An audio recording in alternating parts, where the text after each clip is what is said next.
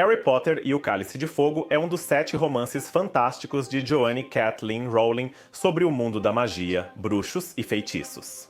Como muitos de vocês provavelmente gostam de Harry Potter, hoje vamos nos aprofundar no mundo dessas criaturas mágicas e mostrar um animal que apareceu na adaptação do 4º livro, O Cálice de Fogo.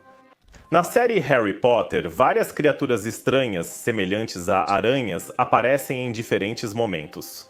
Uma das mais famosas é Aragog, a aranha acromântula que era de estimação do Hagrid e morreu provavelmente de causas naturais, pois já era adulta. Foi um dos poucos momentos do filme em que chorei.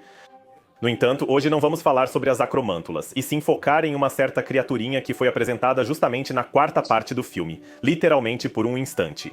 Por outro lado, essa criaturinha é tão interessante que eu acho que a maioria das pessoas, depois de assistir a essa cena, pensou: meu Deus, que coisa nojenta, ainda bem que criaturas assim não existem de verdade. A resposta para se essas criaturinhas são reais é complexa, pois o exemplar do filme foi totalmente renderizado, criado só com pixels e não existe de verdade. Mas isso quer dizer que seus equivalentes não existem no mundo real? A resposta é simples. Existem. E como existem? Sim, meus amigos, no vídeo de hoje vamos dar uma olhada nessas criaturas interessantes, das quais tenho 5 agora mesmo na minha mão.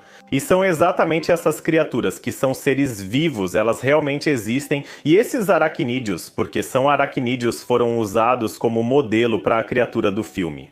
Curiosamente, no original da 4ª parte, no livro em inglês, está claro que Moody, na verdade não quero dar spoiler, ensinava defesa contra as artes das trevas e mostrava os feitiços imperdoáveis em aranhas. Por outro lado, os criadores da 4ª parte do filme decidiram que as aranhas não são tão assustadoras assim e escolheram algo que é ainda mais assustador, que parece ainda mais incrível e de outro mundo. Foi exatamente essa a escolha deles. Agora vocês devem estar se perguntando, o que é isso? O que eu tenho nas mãos, ou seja, essas 1, 2, 3, 4, 5 criaturas, são exemplares pequenos, ainda jovens, eles vão crescer. Hora dos crustáceos. Tempo Odvokovce, ou Amblypygi, é uma ordem de aracnídeos com pouco mais de 260 espécies no mundo. Um número pequeno. Eles ocorrem principalmente em regiões subtropicais e tropicais do mundo, mas curiosamente também podemos encontrar representantes dessa ordem na Europa. Por exemplo, na Grécia ou na Itália temos o gênero Harônios, que são amblypygios legítimos e lá eles ocorrem naturalmente. E agora, uma curiosidade é que os criadores poderiam ter usado uma aranha, até mesmo uma aranha grande como esta aqui. Esta é uma Terathosa styrmi, ela é, vocês sabem, assim, vocês a conheceram em um dos vídeos anteriores. Eles poderiam ter usado aranhas que são grandes, venenosas, peludas e assustadoras, mas usaram essas criaturas que, ok, talvez para alguns sejam ainda mais assustadoras. Mas o fato é que esses amblypygios, e neste caso específico é o Euphorhynchus basilifer, que é uma espécie de amblypygio que não tem nome em português, mas que é uma das espécies mais populares e frequentemente criadas desses aracnídeos. Eles usaram o tempo de Vlkovko, mesmo que esses animais sejam inofensivos. Essa é uma das principais perguntas que recebo quando alguém me pergunta sobre o que apareceu no Cálice de Fogo. Isso é perigoso? É venenoso? Quão mortal é? Na verdade não é mortal, não é perigoso e não é venenoso. Essas criaturinhas não podem me fazer nada além de um pequeno beliscão, porque lembro que são exemplares pequenos e de fato a força delas é bem fraca. Sério, elas não conseguem me prejudicar aqui. Mas, por outro lado, outros amblypygios podem crescer um pouco mais porque o gênero Euphorhynchus são criaturas pequenas, mas os amblypygios em si podem chegar a cerca de 16 ou até 17 centímetros de envergadura das pernas. Então isso é bastante grande e um amblypygio como esse que eu tenho agora na minha mão esquerda já conseguiria me beliscar de verdade, mesmo que ainda assim não injetaria nenhum veneno ou toxina porque eles não possuem glândulas de veneno. Esses e aqueles bichinhos, na minha opinião, são lindos, apesar de alguns acharem assustadores. São inofensivos e vivem em regiões tropicais de vários continentes. Podemos encontrá-los na América do Sul, na África, na Ásia e assim por diante. Como já mencionei, eles são aracnídeos e têm estrutura de aracnídeos. O corpo está dividido em 2 partes principais. Se eu fosse um profissional, diria que é a prossoma e a opistosoma, mas como não sou profissional, só um entusiasta, vou dizer prossoma e abdômen. Nos uropigídeos, o abdômen é segmentado, curto e sem o ferrão típico. Nos telífonos, como é comum em aracnídeos, espera-se que tenham 6 pares de apêndices. Sim, são 6 pares, 12, no total está certo. Os amblypígios têm 3 ou 4 pares de pernas ambulatórias, dependendo da análise. Só que o primeiro par foi transformado ao longo da evolução em apêndices muito longos e filiformes. E esses apêndices, eles são muito delicados, muito longos, muito mais longos do que o corpo do próprio animal, e eles os usam para explorar o ambiente. Funcionam como sondas, permitindo ao pó de Volkov saber onde é seguro, onde está a presa e onde atacar ou não. Então eles estão cheios de receptores e permitem que eles explorem o ambiente. Temos 3 pares de apêndices bucais, esses apêndices finos e depois os pedipalpos. Pedipalpos têm funções variadas em aracnídeos.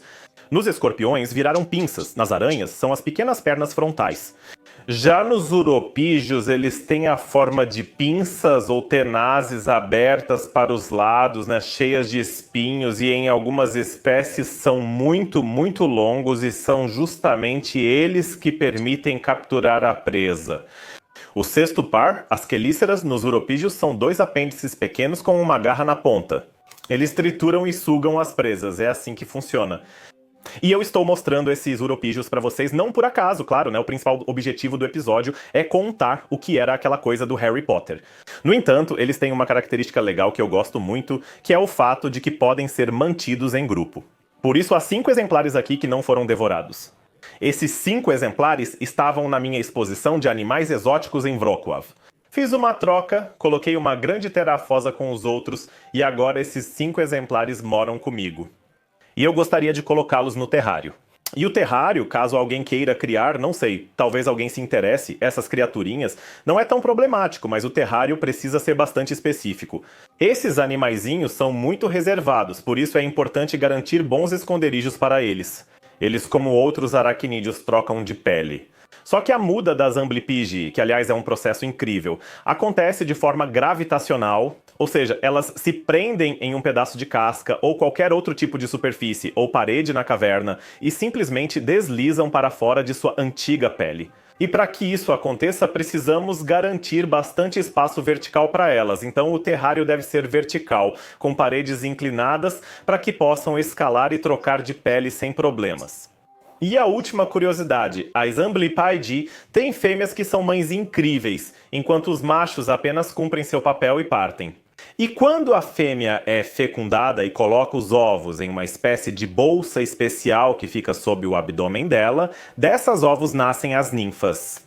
E essas ninfas, por um tempo, até a primeira muda, ficam andando em cima da fêmea, e é ali que ela cuida delas. E isso é muito importante porque, se qualquer ninfa cair da fêmea, as chances dela sobreviver praticamente caem a 0.